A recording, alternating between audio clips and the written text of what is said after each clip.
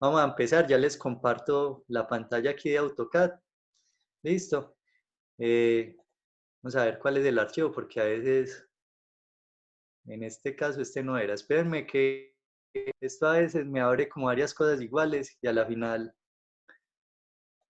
me toca escoger varias veces hasta que se active. Listo, ahí vemos, creo que están viendo los dibujos en la pantalla, ¿no es cierto?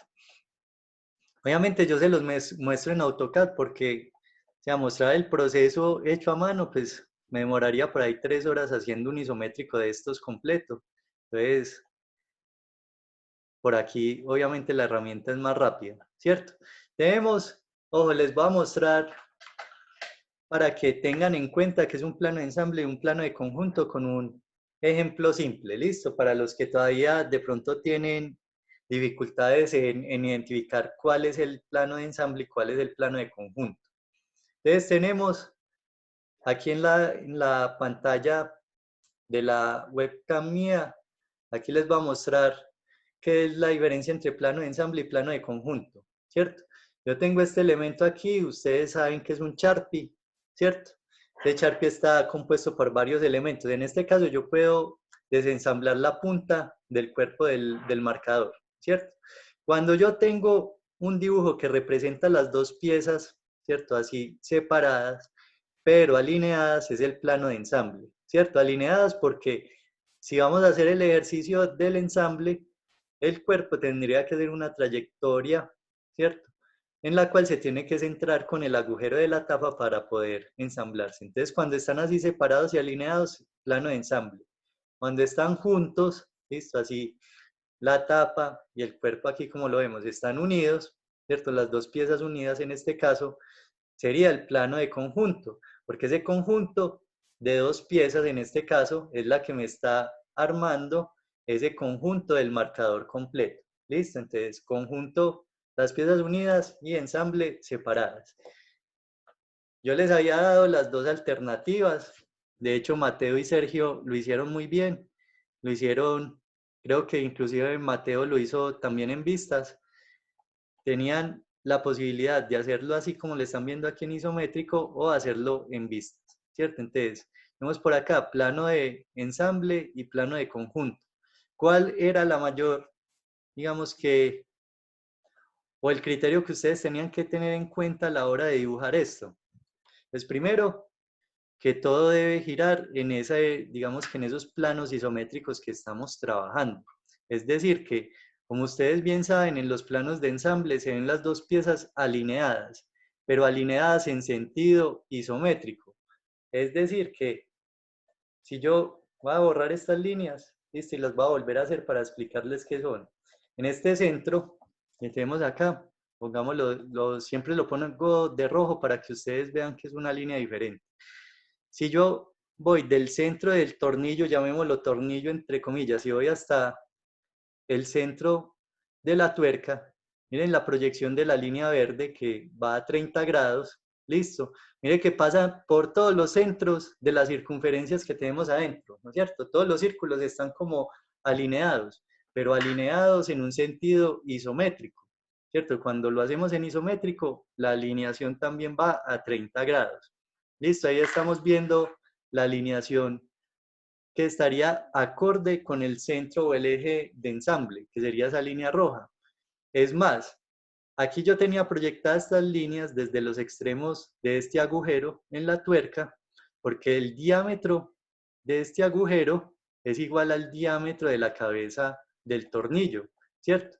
Entonces ese tornillo entraría, incluso una parte de la cabeza entraría dentro de la tuerca. En ese caso, si vemos la alineación, yo proyecto aquí el extremo del agujero con el extremo de la cabeza de ese tornillo. Miren que el ángulo que me está describiendo es de 150 grados. Eso quiere decir que está en isométrico, ¿cierto? Lo que pasa es que la posición en la que estamos trazando la línea, ¿cierto? Nos está dando 150 grados, pero realmente es una posición isométrica y miren que está alineado. Si lo hago con el extremo de arriba, va a suceder exactamente lo mismo. Miren que a mí me aparece a 150 grados, miren la proyección desde el agujero hasta la cabeza del tornillo, están alineados, ¿cierto? Entonces, En ese sentido, cada que ustedes trabajen en isométrico, todo debe funcionar en torno a ese sistema de grados en los que se está trabajando. Entonces, aquí tenemos el plano de ensamble, listo, las dos piezas separadas, y cuando vamos a hacer el plano de conjunto, lo voy a hacer aquí gráficamente, listo, para que vean qué es más o menos el proceso. Cuando vamos a hacer el plano de conjunto es ensamblar las dos piezas. Entonces, si las voy a ensamblar, van a hacer de cuenta que voy a mover el tornillo dentro de esa tuerca. ¿Listo? Si lo muevo dentro de la tuerca, lo voy a poner aquí hasta donde llega hasta el final, hasta esta parte de acá. Y ahí, bueno, hay unas líneas que no me quedaron en líneas punteadas porque simplemente hice un desplazamiento. Entonces, si ustedes miran acá, la cabeza del tornillo sobresale un poquito con respecto al cuerpo de la tuerca, ¿cierto? Pero ese era el movimiento que debíamos hacer, digamos que mentalmente, llevar ese tornillo dentro de esa tuerca para ver cómo quedaba el conjunto ya ensamblado de las dos piezas. ¿Listo? En ese caso, entonces, voy a devolver aquí, lo voy a dejar así en plano de ensamble. Cuando venimos acá y lo vemos ya aquí ensamblado, listo, tenemos que la cabeza sobresale del cuerpo de esa tuerca, ¿no es cierto? La cabeza del tornillo sobresale de la tuerca. Si yo lo mido, eso debe tener 5 milímetros, listo, porque la cabeza ya en el plano tenía 10 milímetros, listo, tenía 10 milímetros como de longitud, mientras que el agujero que recibe la cabeza del tornillo dentro de la tuerca tenía una profundidad de 5 milímetros, listo, entonces ahí el tornillo entra todo dentro de la tuerca, pero sobresale esos 5 milímetros. Ahí estamos viendo cómo se vería, las líneas invisibles me están mostrando ya en este caso el tornillo dentro de esa tuerca. Y miren que aquí las líneas punteadas, las que les voy a mostrar aquí, obedecen a la cabeza del tornillo. Listo, la continuación sigue por acá en línea continua. Listo, sigue por acá. Sigue por acá. Este sería la cabeza del tornillo. Si yo se la señalo aquí completas, miren que hay digamos que un mix o una combinación entre líneas punteadas y líneas de contorno. ¿Por qué? Porque esta línea que tenemos acá es el borde del agujero. Listo. ¿Cuál agujero? Este agujero de acá. Entonces, hasta ahí, de aquí hacia adentro, todo sería invisible. De aquí hacia la izquierda, pues sería como mirar afuera de la tuerca, ¿cierto? Entonces, miren cómo se ve en isométrico. Listo. Ahí, entonces, esa es una de las soluciones que tendrían para el isométrico. Listo. Por acá, entonces, tenemos el ensamble, pero con un corte de la tuerca, listo. Es un corte transversal que recorre la longitud de toda esa tuerca y la parte en dos mitades iguales, listo. ¿Qué pasa? Estamos viendo que partimos a la mitad la tuerca. Hagan de cuenta que la herramienta de corte va a pasar por esta línea que les estoy mostrando acá. Esto que tengo aquí es el plano de corte. Listo, lo moví hacia adentro de la tuerca. Y esto que ven acá, este contorno, es el mismo contorno que le va a quedar a la tuerca cuando pase esa herramienta de corte. ¿Listo?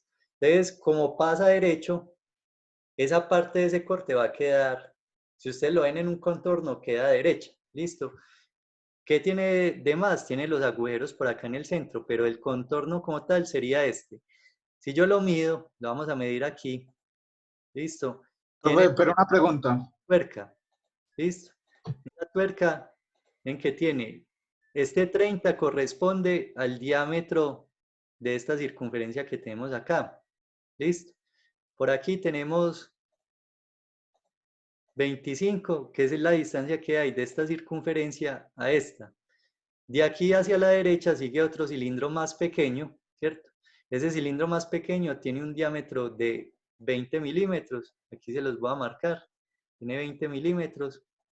Y de aquí para acá tiene 15. ¿Listo? Esas serían como las medidas. Las mismas medidas que pusimos acá. Cuando ponemos ese plano de corte dentro de la tuerca, Entonces nos ayuda a comprender lo siguiente, que como nos vamos a quedar con la parte izquierda o la mitad izquierda de la tuerca, todo lo que está hacia la izquierda del plano de corte, hacia la izquierda, va a quedar. Y lo que está hacia la derecha de ese plano de corte lo vamos a borrar. ¿Listo? Dando como resultado esto que tenemos acá, ¿no es cierto? Entonces, aquí vemos la tuerca cortada a la mitad, pero ya vemos el tornillo dentro de la tuerca. ¿Listo? Entonces, esa sería otra solución.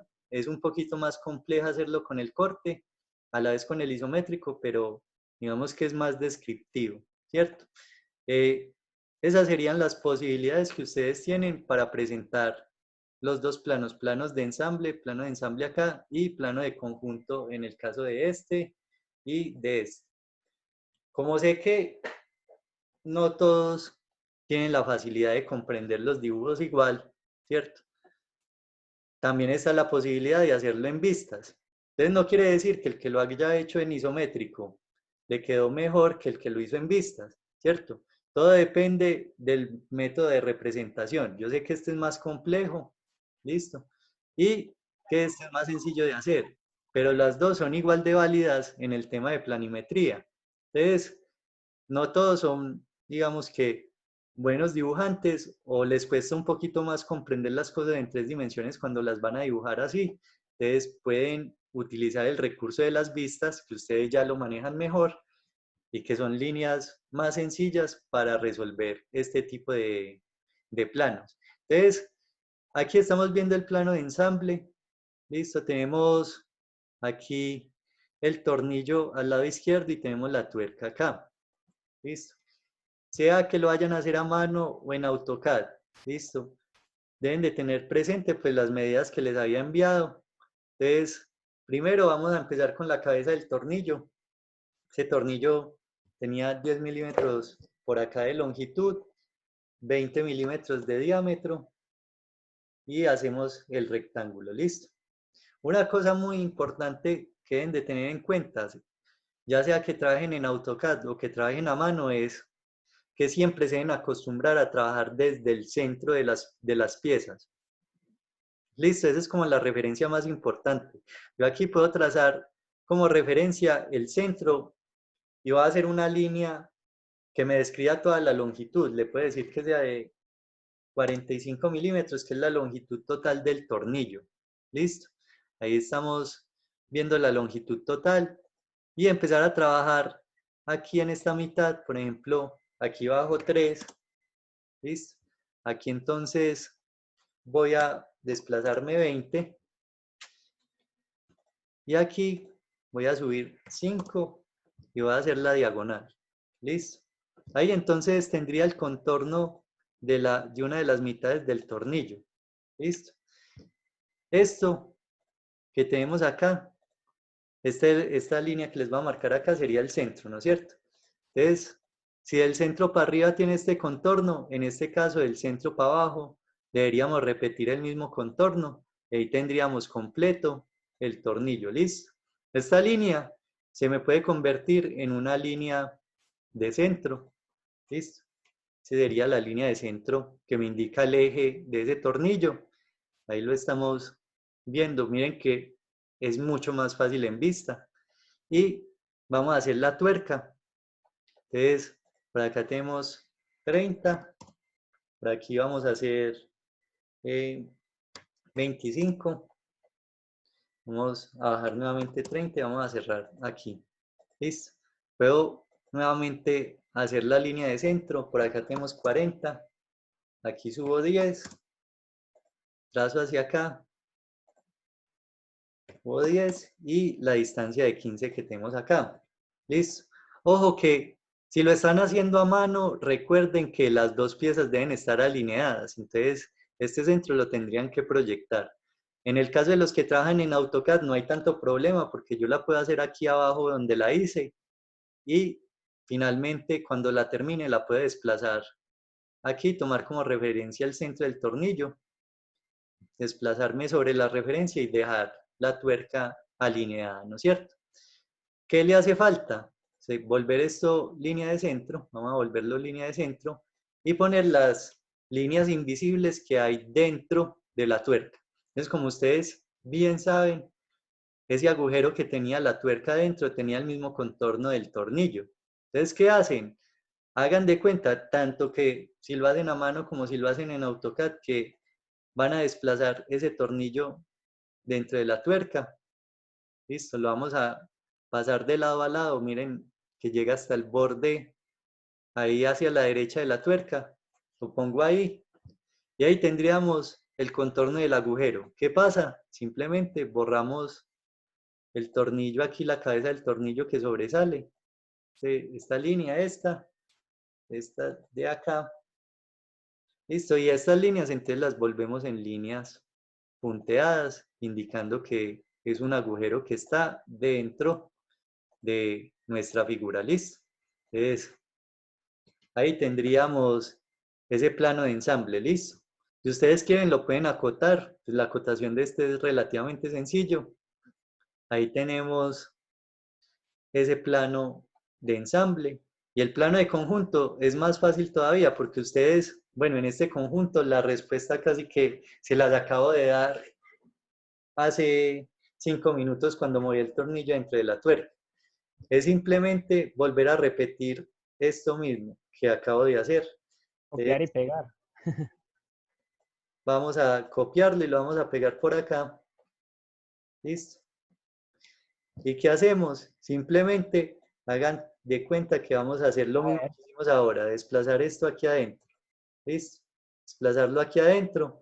Miren que ahí se ve la cabeza del tornillo sobresaliendo de la tuerca. ¿Cuánto sobresale? Ahorita lo pudimos más o menos apreciar, sobresale 5 milímetros. Aquí bajaríamos los 25 y ahí tenemos, voy a borrar ya el tornillo porque realmente en este no lo necesitamos ahí afuera. Y ahí ya como lo representé, estoy mostrando que el tornillo está dentro de la tuerca, ¿listo? Esa sería la solución. Si lo va a hacer con el corte, entonces la respuesta casi que está visible ahí. Por eso es importante también el manejo de las líneas invisibles.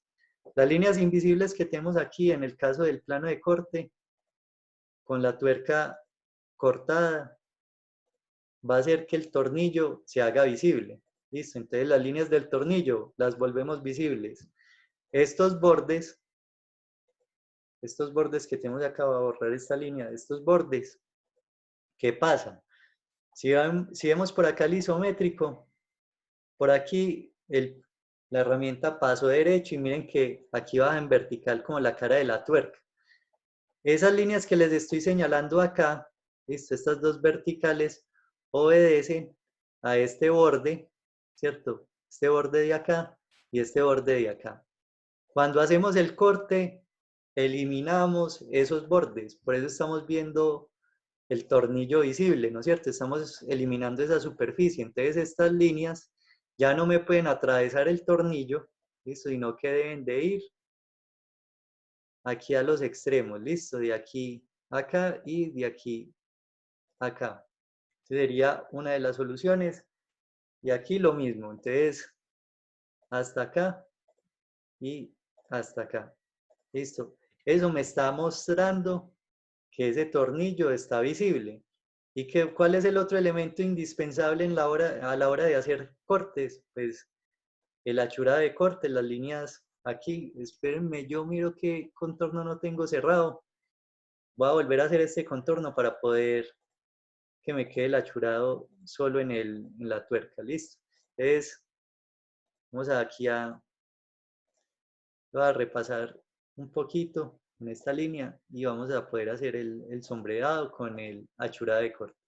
Listo. Entonces, en esta parte de acá, señalando la tuerca nomás, porque la tuerca fue la única pieza que se cortó. Listo, abajo me va a tocar hacer lo mismo. Cuando a ustedes les pase eso, que ese sombreado se les pasa, digamos que de una superficie o de un área determinada a otra, es porque hay algún contorno abierto. Entonces, en ese caso, pueden repasar otra vez las líneas o acercarse y mirar cuál es la línea que está abierta. Desde aquí, nuevamente el achurado. Y esto que tiene aquí, ese achurado de corte, representa la tuerca y lo que va en el centro sería el tornillo. ¿Listo? Entonces, las dos maneras están muy bien representadas. Listo. Obedecen a esa representación estándar que se pide para un plano de ensamble, un plano de conjunto.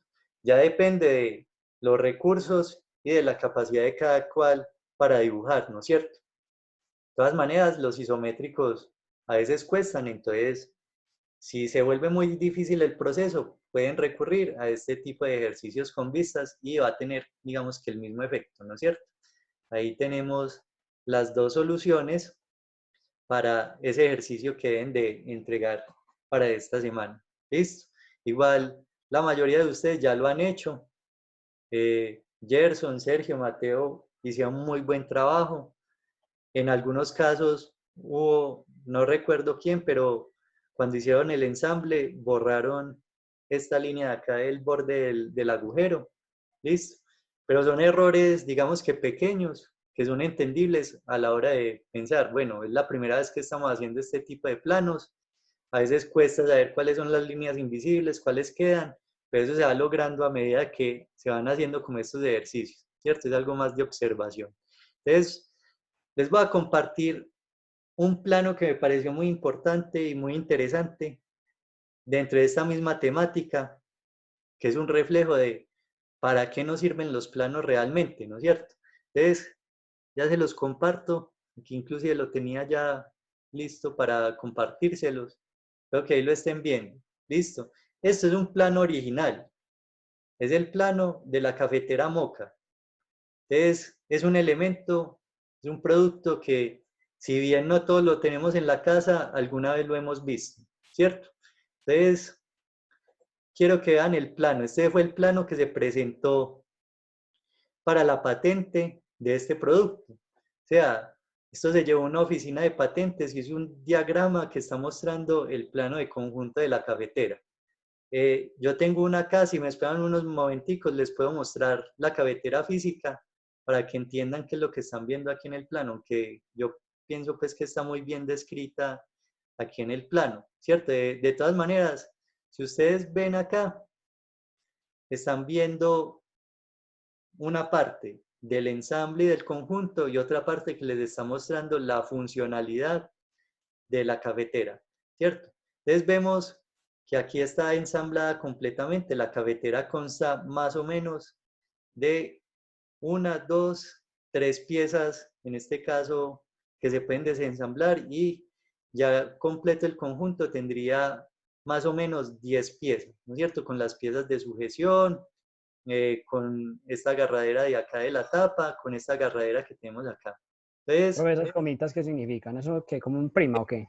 las comillas, esas Sí. comillas están representando los grosores que hay en cada una de las tramos de el contorno de cada una de las piezas. Si ustedes ven, el contorno, aquí el grosor del material no es igual o es parejo en todas las direcciones, digamos que de la pieza. Si ustedes ven por acá, hay un grosor. Si ustedes ven en la base, hay otro grosor. Para aquí, para este filtro, miren que es mucho más delgado.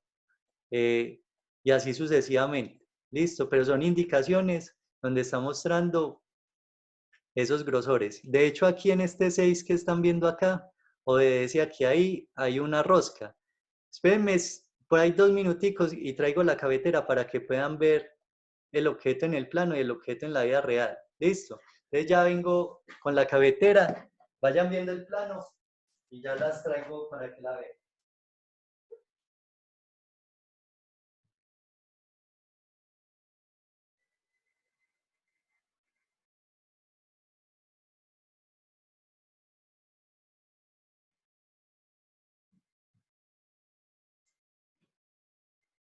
Bueno, entonces aquí la tengo eh, desensamblada. Miren que esta sería la base, está un poquito quemada. Fue mi mamá la que la quemó. Gracias por la aclaración. Entonces, miren que por acá se los voy a mostrar, tiene una válvula. Listo, esta sería la base. Si ustedes ven en el plano, la válvula está aquí abajo. Listo. Esa válvula aquí es donde se echa el agua. Listo. Tiene este filtro. este filtro, si ustedes lo ven, tiene unos agujeros. Esto todo es en latón. Esto iría aquí en esta posición de acá y sobre este filtro es donde se pone el café. Y aquí, la parte de arriba, yo se las muestro acá, esto tiene este conducto acá que es por donde ya saldría el café filtrado, ¿no es cierto? Inclusive aquí en esta parte de acá, si ustedes lo ven, también tiene un filtro. Entonces la idea es que cuando la temperatura suba, el agua más o menos hierva, no suba partículas sólidas, sino que lo único que suba es líquido, ¿no es cierto? Cuando lo ensamblo, ahí estamos viendo la cafetera, listo, si ustedes lo ven, es muy similar, voy a poner más pequeño aquí el plano para que comparen, es muy similar el diseño original al diseño pues que tenemos actual, ¿no es cierto? Las piezas son las mismas. De hecho, si ustedes ven el plano, les está mostrando que la válvula va en esta parte de acá. Esta línea punteada que tenemos aquí con este achurado, pues no está cortando nada físico, sino que está mostrando el nivel de agua. ¿Listo? Y tenemos unas flechas. Esta flecha me está indicando que cuando se calienta el agua acá, pues el agua va a subir hacia el filtro, aquí donde está el café, y miren que aunque está un poco pixelado, muestra las flechitas pasando por acá por el filtro, subiendo por el conducto y saliendo hacia ese recipiente superior, ¿cierto? Este plano puede ser más o menos de los años 20, ¿cierto? Miren que eso fue una idea que se llevó a patente. Ya luego las personas que iban a industrializar y comercializar este tipo de cafeteras, les tenían que pagar un valor por la utilización del diseño. Por eso se llevan a patentes las cosas, ¿no es cierto? Cuando ustedes tengan una idea de algo, miren que puede ser algo, entre comillas, sencillo y cotidiano, puede ser cosas muy complejas, pero la idea de las patentes es que ustedes tengan como esa propiedad intelectual de las ideas y puedan, vamos que sacar beneficio económico a partir de eso, ¿no es cierto? Entonces, miren que aquí el plano es bastante ilustrativo, pese a que ha pasado mucho tiempo, la cafetera sigue siendo igual. Lo único que vemos aquí que varía es la agarradera, porque en esta la agarradera es abierta, ¿cierto? En el caso del plano es cerrada, pero eso en sí, digamos que no influye en la funcionalidad del sistema, ¿no es cierto? Y del ensamble que tenemos acá. Entonces miren que la rosca la estamos viendo aquí entre las dos piezas, pieza inferior y superior. Estamos viendo los filtros, los conductos. Estamos viendo la tapa con la bisagra, ¿cierto? Entonces, miren que hay una correspondencia entre todo lo que nosotros utilizamos a diario con los procesos industriales y los planos que se emplean para poderlos fabricar, ¿cierto? Entonces, cada cosa que ustedes tienen en la casa generalmente ha pasado por este tipo de procesos. Si bien no para patente, al menos sí tiene planos para la fabricación, ¿cierto? Entonces, digamos que es interesante desde ese punto de vista y quien quita que cualquiera de ustedes en algún momento tengan una idea y esa idea sea, digamos que objeto de patente. Esto es lo que se presenta. Generalmente se presentan planos que simbolizan o representan un diagrama de uso. En este caso, está mostrando un método para hacer café distinto a los que había anteriormente, ¿cierto? Entonces, ahí estamos viendo el ejemplo. Vamos ahora sí a mirar otra cosa, y es que, bueno, tenemos numeradas las piezas, tenemos las características también numeradas de los grosores, porque esto es una pieza de fundición, ¿no es cierto? Entonces, tienen esas mismas referencias que tienen los planos que les mostré la clase pasada, ¿cierto? Entonces, para poder representar bien un plano es necesario también tener en cuenta el tema de la presentación como tal. Entonces, vamos a verlo aquí en otro documento, listo, de AutoCAD, para que ustedes a la hora de presentar un plano, pues no sea solo presentar, digamos, que esas vistas, sino que también sea poder representar bien como todo el plano en conjunto. Entonces, voy a abrir otra vez aquí AutoCAD para que podamos verlo. Yo creo que ahí ya me va a dejar listo. Entonces, aquí estamos viendo un plano con las características básicas que debe tener a la hora de presentarse, ¿cierto? Entonces, lo primero que salta a la vista, pues, es lo que tenemos aquí, era el ejemplo anterior, de la actividad anterior. Tenemos el isométrico y tenemos las vistas. Siempre que vayan a trabajar en ese plano de trabajo, intenten que el isométrico quede siempre en la parte superior izquierda de la hoja y abajo de ese isométrico, entonces hacen las vistas, ¿cierto? Hacia el lado derecho, que quede más o menos centrado en esa área de ese plano. ¿Listo? Tiene un cajetín, tiene unas márgenes, ¿cierto? El cajetín es muy indispensable porque tiene todas las referencias que me van a ayudar a leer el plano, ¿no es cierto? Entonces, ojo, lo primero que tienen que tener en cuenta son los formatos de papel en los que trabajamos usualmente. Entonces, nosotros no imprimimos planos en formato carta ni en formato oficio, aunque se puede hacer. Generalmente, el formato de papel que se utiliza en Colombia para la impresión de planos obedece al sistema que se utiliza con los pliegos de papel. Entonces, si ustedes saben cuánto mide un pliego, de ahí se van a desglosar los demás formatos que tenemos en las hojas, ¿no es cierto? Entonces, el más grande sería el pliego. El pliego tiene, lo voy a escribir todo por acá para que ustedes lo puedan recordar más fácil cuando vean los videos. Listo, entonces tenemos que si ustedes van a trabajar con un pliego, el pliego tiene 1000 milímetros por, vamos a poner aquí por 700 milímetros. Listo, esa es la medida del pliego. Cuando ustedes van a un plotter a imprimir, los plotter son esas impresoras grandes que imprimen los planos. Ellas tienen un rollo de papel, y ese rollo de papel tiene un ancho de 700 milímetros, ¿listo? ¿Para qué? Para poder imprimir cosas en formato de pliego o hacerlas un poquito más largas. Entonces ahí tenemos la medida estándar del pliego. Seguiría el medio pliego, que sería 500 milímetros por 700. ¿Listo? Y ahí saltaríamos al formato de medio pliego, perdón, de un cuarto de pliego, que sería en este caso 250 milímetros por, perdón, no 250, sino 350 milímetros por 500 milímetros, 350 milímetros por 500 milímetros. Luego seguiríamos con un octavo, que sería 250 milímetros por, aquí se me puso unas comillas, 250 por 350, listo, que sería un octavo. Y el último, que es el formato más pequeño, que es un 16avo de 175 milímetros por 250 milímetros. Entonces, todo esto es una medida estándar para fraccionar ese pliego de papel, que es como la medida estándar con la que trabajamos acá.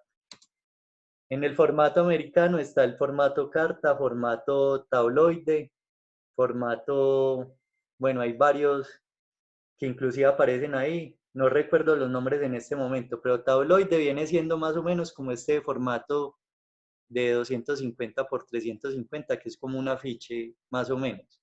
Cuando ustedes ven los formatos europeos, están los formatos desde la A0, más o menos creo que hasta la 8 creo que están. Son otros formatos distintos, pero nosotros no manejamos eso. Entonces este sería un pliego. Por acá tenemos medio pliego. Listo. Por acá sería, vamos a poner un cuarto de pliego. Este de aquí sería un octavo. Un octavo. Y el último sería un 16avo. Listo. Un 16avo de pliego. Si ustedes han visto alguna vez los cómics, es más o menos ese formato. Es como del tamaño de un cuaderno normal, pequeño.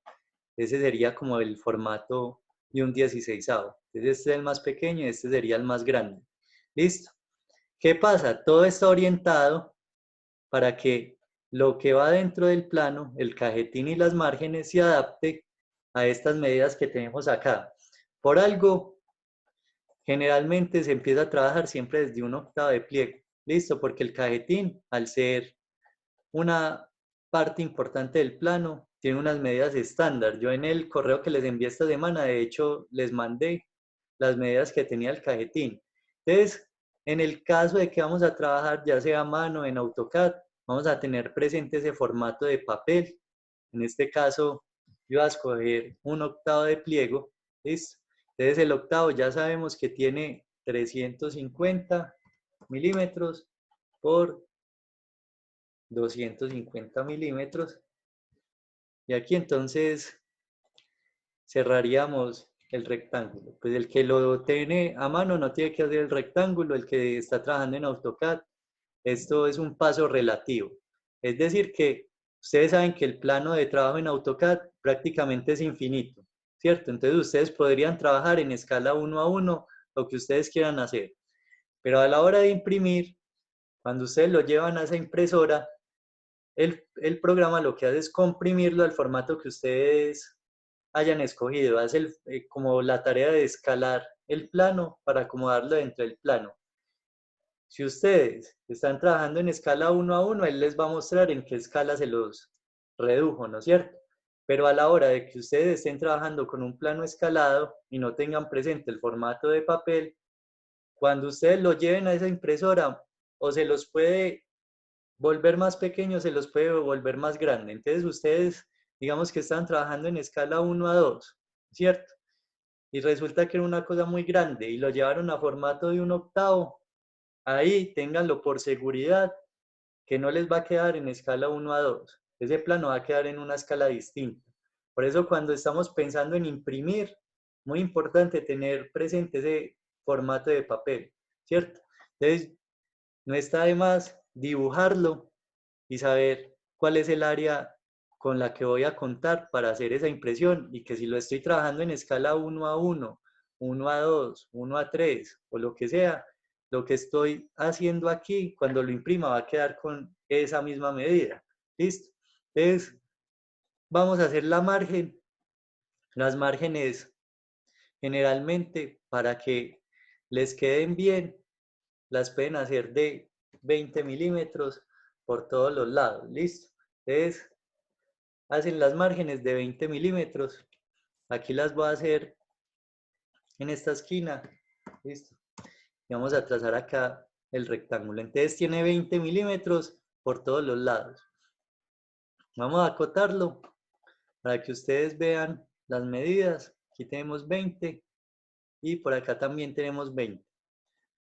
Esa medida puede variar en función del tamaño o el formato de papel, pero si no se quieren complicar, siempre háganlos de 20 por 20 y con eso van a la fija. Desde el formato más pequeño hasta el más grande les va a quedar muy bien ese tipo de margen.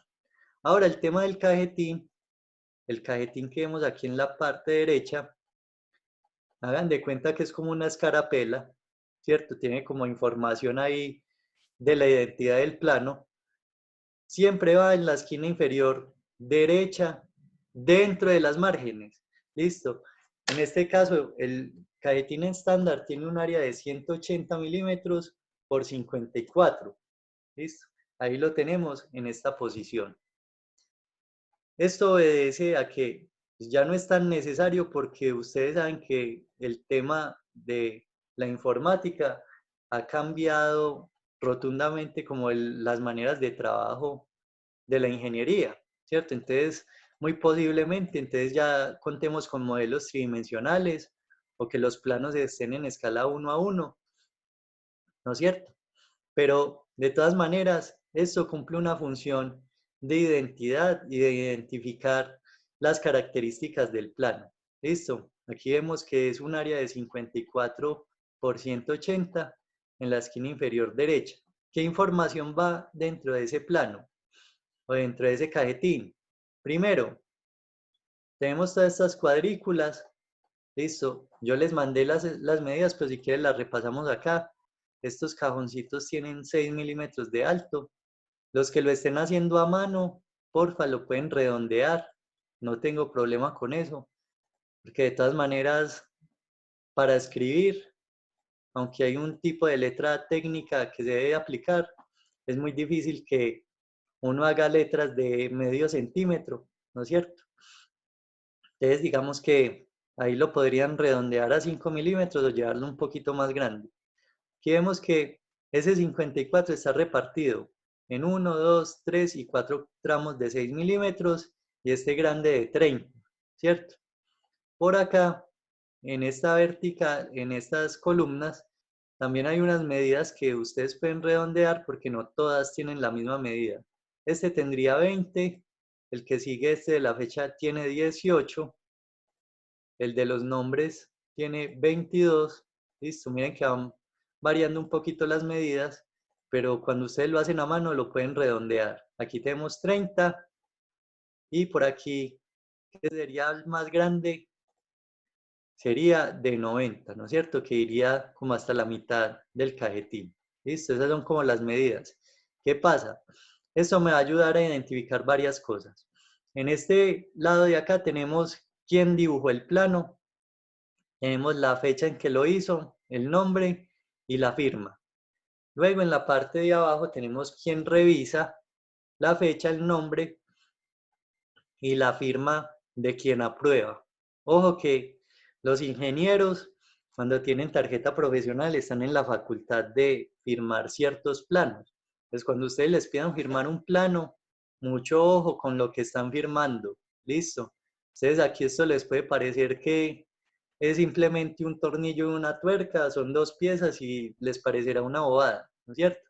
Pero a la hora de que eso se lleve a la industria y que, no sé, se haga, por ejemplo, una pieza de ensamble para un acelerador de una moto o alguna cosa así, y se mate una persona producto de una falla de diseño, ¿a quién le caen? A la persona que firmó esos planos, listo, porque ese es el que está probando que lo que está aquí está bien hecho.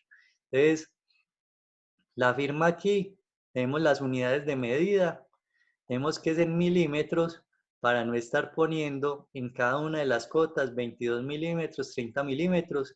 Ya sabemos que los planos, si están en milímetros, aquí todas las unidades de medida que tenemos en las cotas en el plano van a estar en milímetros, porque las unidades de medidas nunca se combinan dentro de un mismo plano. ¿Listo?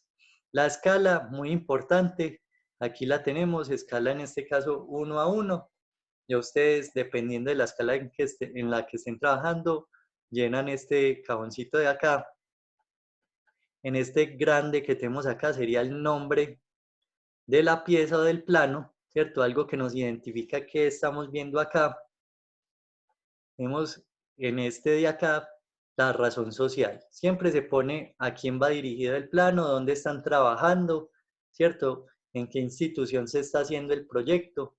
Entonces, en este caso, pues el ejemplo tecnológico de Antioquia. Tenemos una numeración del plano porque si es un proyecto, si es, digamos que un producto como el de la cafetera, tenemos varias piezas, varios planos, tenemos que ir numerando uno a uno consecutivamente. Y cuando hayan correcciones, los planos no se desechan. Lo que se pone es aquí, si este plano está corrigiendo otro, se dice que este plano está sustituyendo, por ejemplo, al plano 1, al plano 2, para saber cómo ha sido el proceso y dónde han habido correcciones, ¿no es cierto? En qué planos ha habido correcciones. Aquí tenemos algo muy importante y es el tema del sistema de distribución de vistas, que lo estamos viendo sintetizado en este elemento que vemos acá. Ese es el emblema del sistema americano. ¿Qué representa esto? Este sería la vista frontal, ¿listo? Este sería la vista lateral.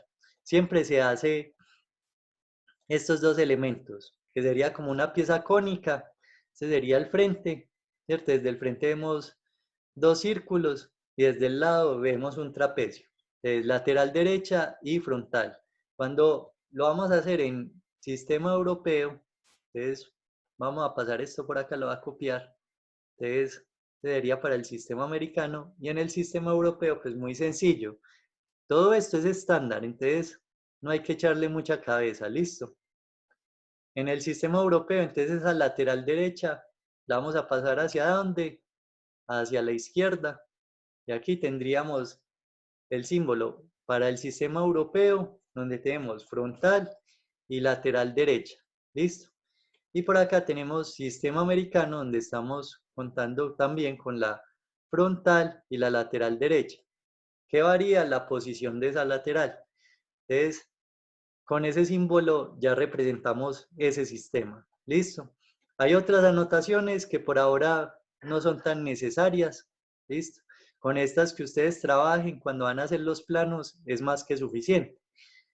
Entonces aquí estamos identificando el sistema de distribución de vistas, unidades de medida, escalas, ¿listo? Y ciertas características, por ejemplo, de que estamos viendo aquí con el nombre, si han habido correcciones en este tema de sustitución y las personas que han trabajado en esos planos. El cajetín tiene una relevancia tan grande que cuando se doblan los planos siempre quedan doblados, pero mostrando el cajetín. Porque como eso va para, digamos que a unos archivos, cuando se imprimen, esos archivos, digamos que para hacer una revisión rápida de encontrar los planos, entonces el cajetín siempre va a quedar visible para ustedes poder ver qué es lo que está ahí dibujado, ¿cierto? Entonces se dobla en torno al cajetín. Entonces, ahí tendríamos básicamente cómo se tienen que presentar los planos con unos estándares, que son el cajetín, que son las márgenes y la distribución de los elementos dentro del plano de trabajo, que sería aquí el isométrico hacia la parte superior izquierda, las vistas hacia la derecha pero centradas, listo. Y muy importante, les voy a mostrar cómo hacen para llevarlo a la impresión cuando lo van a imprimir en AutoCAD, y es el mismo proceso que les mostraba con los límites, simplemente escriben límites en el programa, listo. Aquí el área que va a tomar el programa es de aquí, de esta esquina inferior izquierda a la esquina superior derecha de la hoja. Cuando hagamos esto, podemos borrar la hoja, listo, para que no me genere interferencias de elemento en la impresión. Y nos vamos aquí para la impresora. Entonces, la impresora tiene las características ya configuradas. Cuando lo abrimos aquí en AutoCAD PDF, esperemos a que cargue. Cuando abrimos ese tipo de archivo en AutoCAD, aquí les va a mostrar todos los tipos de papel que existen. ¿Listo? Vamos a buscar el que se adapta a nuestras necesidades. Miren que aquí estamos viendo que se llama Full Bleed. En este caso sería B4, ¿cierto? 250 por 353. Ese es en vertical. Ustedes aquí se dan cuenta. Entonces, si el plano de ustedes está en horizontal, buscan la siguiente medida y ahí les quedaría 353 milímetros por 250. Ya saben, aquí en trazado le dicen que les coja los límites, centran el trazado, hacen un pequeño ajuste de escala. Es un ajuste pequeñísimo que no se nota. En este caso, una unidad del plano en la impresión va a ser una unidad .006. O sea que eso es casi que microscópico el ajuste. Cuando lo van a ver aquí en la vista preliminar, cuando lo imprimen, ¿cierto? Miren que ahí queda centrado el trazado. Vemos las márgenes centradas dentro del formato de papel. ¿Listo? Entonces, de esa manera, ustedes ya cuando lo llevan a impresión, les quedaría el plano bien presentado. ¿Listo? Siempre recuerden el tema del cajetín y el tema de la distribución, y con eso hacen los planos bien hechos. ¿Listo? Otra cosa que les voy a mostrar para que no entren como a ser muy perdidos de pronto el trabajo es la actividad que tienen para esta semana. ¿Listo? Es algo muy sencillo. Vamos a hacer las vistas de esta figura que yo les mandé al correo. ¿Qué es importante? Que en este caso, en esta ocasión, ya empecemos a trabajar con el cajetín y con las márgenes. Si lo están haciendo a mano, pues en la hoja milimetrada ya hay unas márgenes, pero intenten poner el cajetín, ¿cierto? Así sea que lo vuelvan un poquito más pequeño, pero que ese plano tenga el cajetín con las indicaciones necesarias para comprender este plano que tenemos acá. Entonces, muy importante que tengan en cuenta que las medidas que tenemos acá no están en milímetros ni en centímetros, sino que están en pulgadas. ¿Listo? Esto yo lo saqué de un libro de dibujo técnico que es como de 1850. No, mentiras, no es tan viejo, pero sí es una edición donde apenas ni siquiera se trabajaba con programas CAD, apenas estaban como empezando todo este tipo de programas de dibujo técnico. Entonces, la mayoría de las ilustraciones que ustedes ven acá son ilustraciones hechas a mano. ¿Listo? Lo que ustedes están viendo aquí no es ni siquiera un isométrico. En estos planos se utilizaba algo que se llama oblicuos. Entonces, las líneas o los grados en los que está, digamos que girada la pieza, es distinta al isométrico. Entonces, ustedes lo ven acá, casi que lo están viendo de frente, pero de todas maneras ven una rotación hacia la derecha del cuerpo, ¿no es cierto? Las medidas están en pulgadas. Entonces, para trabajar o hacer la conversión, yo sé que en AutoCAD se puede convertir directamente para que trabaje en pulgadas, pero la idea es trabajar con la conversión. Deben de multiplicar todas las medidas por 25.4 milímetros. ¿Listo? Una pulgada es igual a 25.4 milímetros. Entonces, en la medida que multipliquen todo por 25.4, les va a quedar en milímetros el plano. ¿Listo? Entonces, es un tema de conversión porque las herramientas con las que trabajamos nosotros están en sistema métrico. Entonces, en ese sentido, pues tenemos que hacer la conversión para saber a la hora de que tengamos piezas en otras unidades de medida, saber, digamos, que como esa equivalencia de esos elementos. Entonces, tenemos que casi todo lo que están viendo aquí son diámetros. 5.50 es un diámetro, ¿no es cierto? Miren la circunferencia que señala. 4.24 es otro diámetro. 2.76, otro diámetro. Esto que tenemos acá, yo les mostraba la clase anterior que había algo que se llamaba tolerancias, ¿cierto? Dentro de ese tema de ensambles. Las tolerancias ya saben que es como un margen de error que tienen las fabricaciones de las piezas. Entonces, eso no es 1498 y 1500, en realidad es 1.498 a 1.5 pulgadas de diámetro. Es decir, que este agujero tiene una tolerancia porque muy posiblemente por ese mismo agujero entre otra pieza. Entonces, ahí está asegurando el ajuste en la fabricación, ¿cierto? Entonces, aquí escogen una de las dos. Listo. Ya saben que es 1.5 o 1.498. Esta anotación que tenemos acá, muy importante porque existe para todos los planos. Cuando ustedes tienen varios elementos iguales como agujeros, en este caso tenemos 4 agujeros iguales, me va a decir siempre por 4 o por 5 por la cantidad de agujeros que haya o de elementos que hayan similares, ¿no es cierto? En este caso son 4 holes, o sea, 4 agujeros. Listo, ahí los está identificando. ¿Por qué? Porque no tiene sentido acotar todos los agujeros. Simplemente se indica aquí que son los 4 agujeros y esta anotación que tenemos aquí de media pulgada y dice drill. Drill no es el pantalón ni la tela ni nada de eso. Ojo, drill tiene que ver con el tema de las brocas. ¿Listo? Una broca en inglés se conoce como un drill, ¿no es cierto? Entonces, eso es un diámetro, porque la broca, cuando pasa, lo que abre es el agujero completo, ¿no es cierto? Entonces, esa broca tiene un diámetro de media pulgada, en este caso. ¿Listo? Ese sería el diámetro.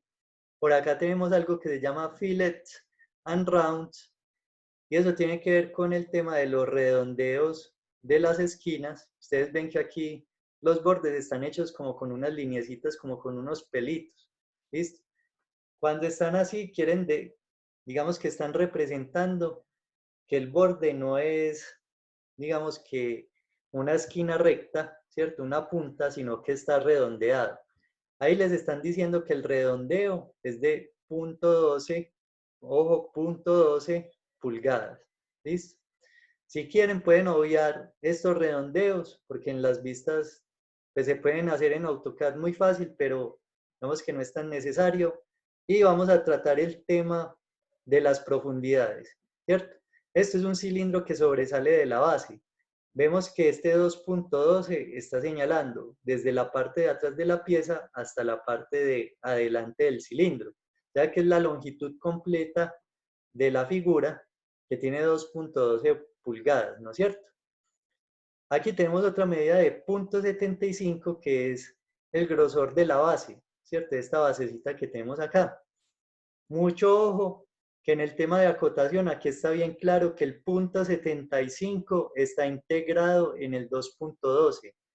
Este 0.75, o sea, 0.75 no se le puede sumar al 2.12 porque está integrado.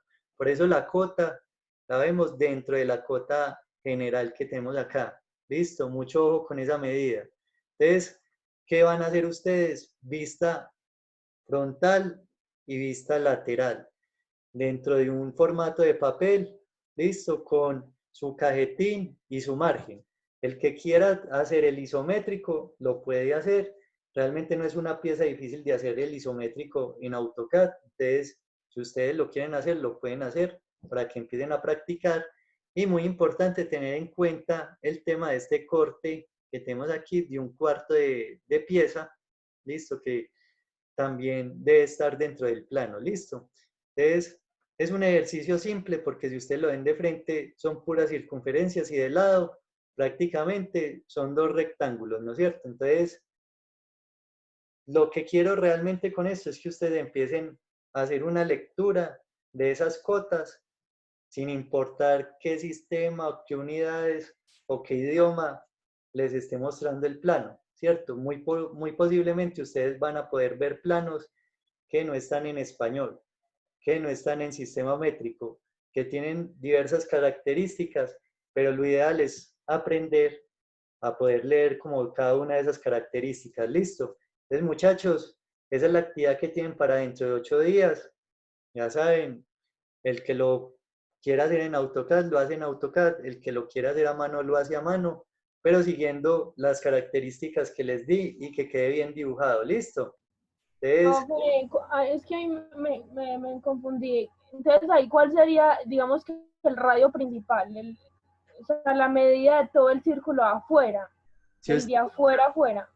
si ustedes ven la cota de 5.50, miren que está señalando el extremo como de la circunferencia, ¿cierto? De la grande. Lo que pasa es que estos planos, por eso es bueno verlos, tienen características diferentes. Aquí, este de 5.50 sería la circunferencia más grande, o sea, este borde externo que tenemos aquí. ¿Listo? De ahí tenemos el de 4.24, que no es un círculo existente, no es ningún borde de la pieza, pero sí referencia dónde están los centros de las circunferencias de los agujeros. Listo, miren que es una circunferencia de referencia. De ahí sigue el de 2.76, que sería el de el cilindro que sobresale. Y finalmente tenemos el de 1.498, que es la circunferencia o el diámetro de la circunferencia de este agujero. Lo otro son estos 4 agujeros que tenemos acá, que ya vimos el diámetro. ¿Listo?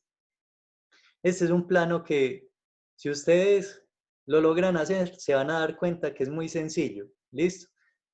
Digamos que la complejidad está en hacer la conversión de unidades y saber leer las cotas. ¿Listo? Entonces, muchachos, de verdad que hasta ahora han hecho muy buenos trabajos. Entonces, pues, pues sería como que siguiéramos trabajando en esa misma vía. Eh, Ustedes mismos se han puesto como en la labor de aprender a trabajar en AutoCAD, me parece muy bien, porque de todas maneras creo que se han podido dar cuenta que es una herramienta que facilita el trabajo, es una herramienta profesional. Por otro lado, también los felicito porque, pues, pese a las dificultades que hemos tenido, pues, este semestre con el aislamiento y todo eso, y que ya las clases no son presenciales, pues han sido muy responsables y realmente he visto que han progresado bastante con estos ejercicios. Entonces, pues me alegra ver que realmente pues han mejorado y que han como captado todos esos conceptos. Entonces, bueno, están un paso más cerca cada día de ser ingenieros. Entonces, la idea es esa, que sigan trabajando como en esa vía. Listo. Entonces, muchachos, nos vemos dentro de 8 días. Cuídense mucho. Y como siempre, ya saben, me preguntan por WhatsApp. Listo. ¿Cómo? Hola, ¿quién preguntó? Bueno, entonces, muchachos, nos vemos dentro de 8 días. Y ya saben, entonces a través de WhatsApp me pueden preguntar. Yo intento solucionarles las dudas lo más pronto posible para que puedan como desarrollar las actividades. Listo. Igual en YouTube ya hay una de las clases de esta semana montadas para el que las quiera ver. Listo, si quieren repasar alguna cosa. Entonces, muchachos, feliz tarde, feliz fin de semana y bueno, sigan. Listo, Sí, Daniel, listo, profe, hasta luego. listo. Gracias, profe. Profe, muchas gracias. Muchas gracias, profe, que Oh. descanse. Cuídense mucho. Chao. Profe, muchas gracias. Feliz fin de semana.